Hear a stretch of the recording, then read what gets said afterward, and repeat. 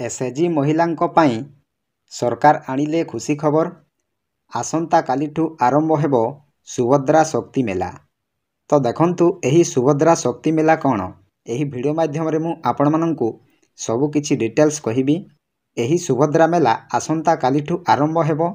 एही सुभद्रा मेला रे केउ माने जोग देबे, तापरे एही मेलाटी केबे सरिबो एवं केउ केउ जिल्ला गुडी करे एही मेला आरंभ हेबो से विषय रे मु आपण माननकु सबु किछि डिटेल्स कहिबी। ता पूर्वरु आपण माननकु गोटिए अनुरोध, वीडियो को गोटे लाइक करंतु एवं मो चैनल को प्रथमे आसीथिले गोटिए सब्सक्राइब करी ऑल नोटिफिकेशन उपरे क्लिक करंतु, फलरे एही परी हेल्पफुल वीडियो आपण माननक ठारे प्रथमे पहुंचीबो। तो एही खबरटी खबर कागज गुडी करे प्रकाश पाई सारिलाणी। तो मु कनक न्यूज रे जे खबरटी प्रकाश पाइछि आपण माननकु देखै कि लाइव प्रूफ सहित कौन कौन सरकार अपडेट देइछंती ताहा मु आपण माननकु एही वीडियो माध्यम रे आलोचना करिवि। तो आसंतु जानिबा सही खबरटी कौन रहिछि। एही खबरटी कनक न्यूज रे प्रकाश पाई सारिलाणी। 12:34 PM रे आज एही खबरटी प्रकाश पाइछि। तो आसंतु जानिबा खबर कौन रहिछि।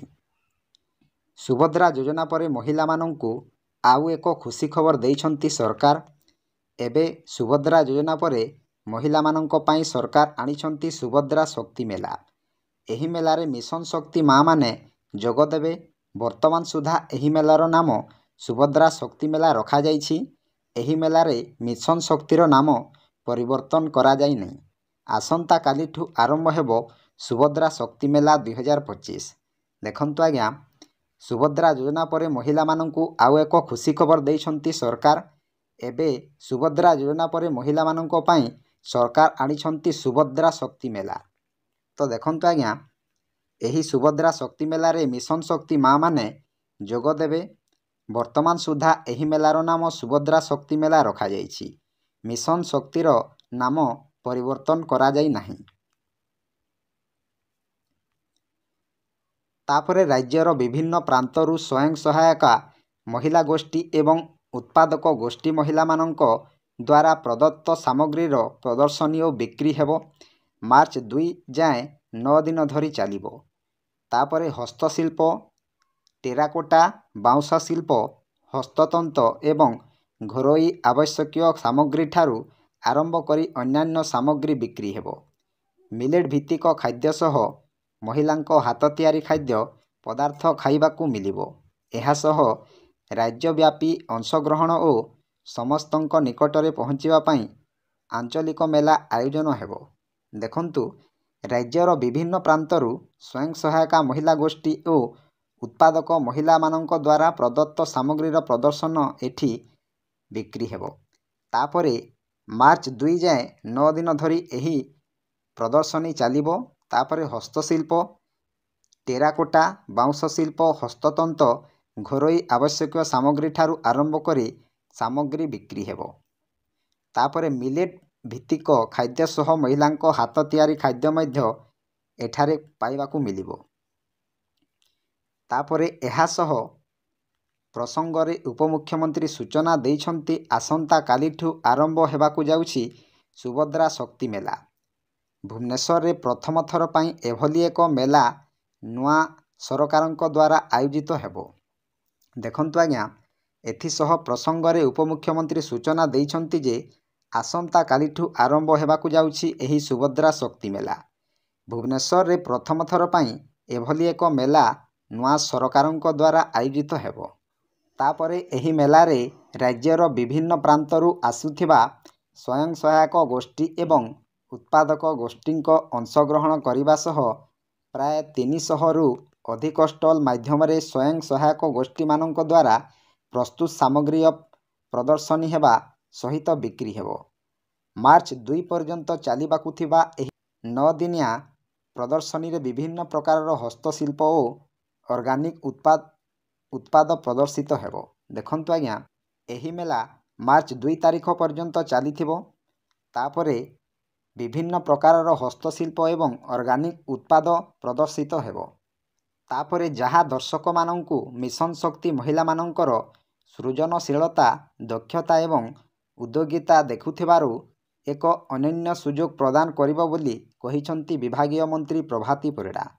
ଦେଖନ୍ତୁ ଆଜ୍ଞା, ଯାହା ଦର୍ଶକମାନଙ୍କୁ ମିଶନ ଶକ୍ତି ମହିଳାମାନଙ୍କର ସୃଜନଶୀଳତା, ଦକ୍ଷତା ଏବଂ ଉଦ୍ୟୋଗତା ଦେଖିବାର ଏକ ଅନନ୍ୟ ସୁଯୋଗ ପ୍ରଦାନ କରିଛନ୍ତି ବୋଲି ଉପମୁଖ୍ୟମନ୍ତ୍ରୀ ପ୍ରଭାତୀ ପରିଡ଼ା କହିଛନ୍ତି।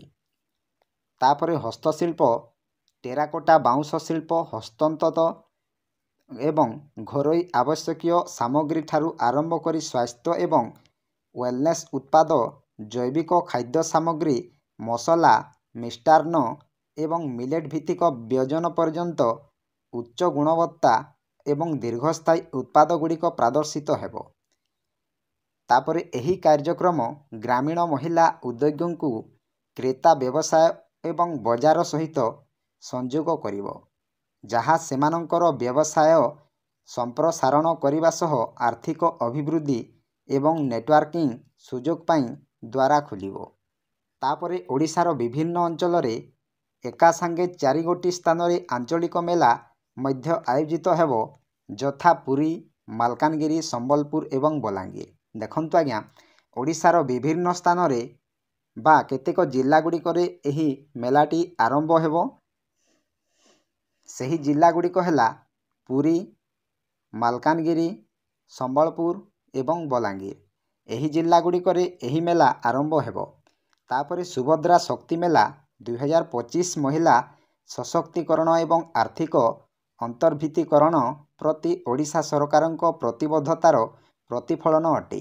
ଜନତା ମଇଦାନରେ ଲାଗିବାକୁ ଥିବା ଏହି ମେଳାରେ ସୁଭଦ୍ରା ଯୋଜନାରେ ଅର୍ଥ ପାଇ ବ୍ୟବସାୟ ଆରମ୍ଭ କରିବା କିଛି ମହିଳାଙ୍କ ପାଇଁ ସ୍ପେଶାଲ ଷ୍ଟଲ୍ ମଧ୍ୟ ଲାଗିବ ବୋଲି କହିଛନ୍ତି ମନ୍ତ୍ରୀ।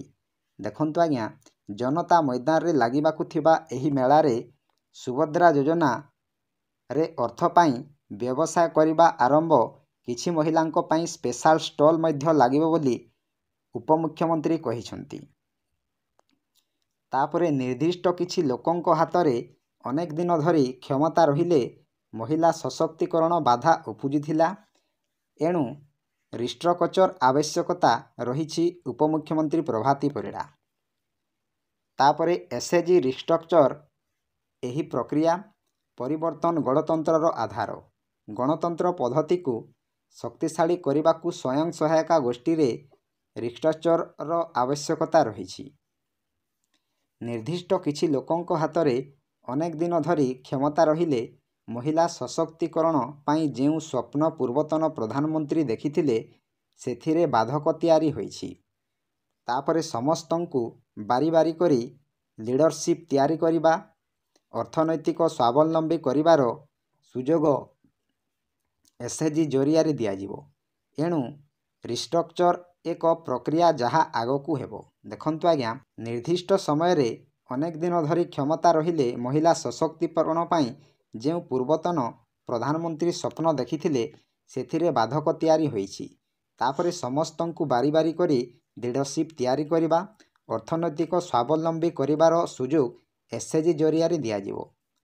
ତେଣୁ ରିଷ୍ଟ୍ରକ୍ଚର ଏକ ପ୍ରକ୍ରିୟା ଯାହା ଆଗକୁ ହେବ। ତ ଆପଣମାନେ ଜାଣିପାରିଲେ ଏହି ସୁଭଦ୍ରା ମେଳା କ'ଣ ଏବଂ କେଉଁ ଜିଲ୍ଲାଗୁଡ଼ିକରେ ଏହା ହେବ ଏବଂ କେଉଁ ତାରିଖରେ ଆରମ୍ଭ ହେବ, କେଉଁ ତାରିଖରେ ଏହା ଶେଷ ହେବ, ଆପଣମାନେ ଜାଣିପାରିଲେ।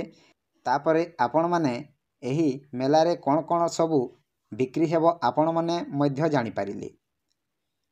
ତ ଏହା ଥିଲା ମୋର ଛୋଟିଆ ଅପଡ଼େଟ୍। ଆପଣମାନଙ୍କୁ କେମିତି ଲାଗିଲା ନିଶ୍ଚୟ କମେଣ୍ଟ ମାଧ୍ୟମରେ ଜଣାଇବେ। ଭିଡ଼ିଓଟି ଯଦି ଆପଣମାନଙ୍କୁ ଟିକେ ହେଲେ ହେଲ୍ପଫୁଲ୍ ହୋଇଥିଲେ ଭିଡ଼ିଓକୁ ଗୋଟେ ଲାଇକ୍ କରନ୍ତୁ ଏବଂ ମୋ ଚ୍ୟାନେଲକୁ ପ୍ରଥମେ ଆସିଥିଲେ ଗୋଟିଏ ସବସ୍କ୍ରାଇବ୍ କରି ଅଲ୍ ନୋଟିଫିକେସନକୁ ଅନ୍ କରନ୍ତୁ। ତ ଭିଡ଼ିଓକୁ ଏଇଠି ଏଣ୍ଡ କରୁଛି। ଜୟ ଜଗନ୍ନାଥ।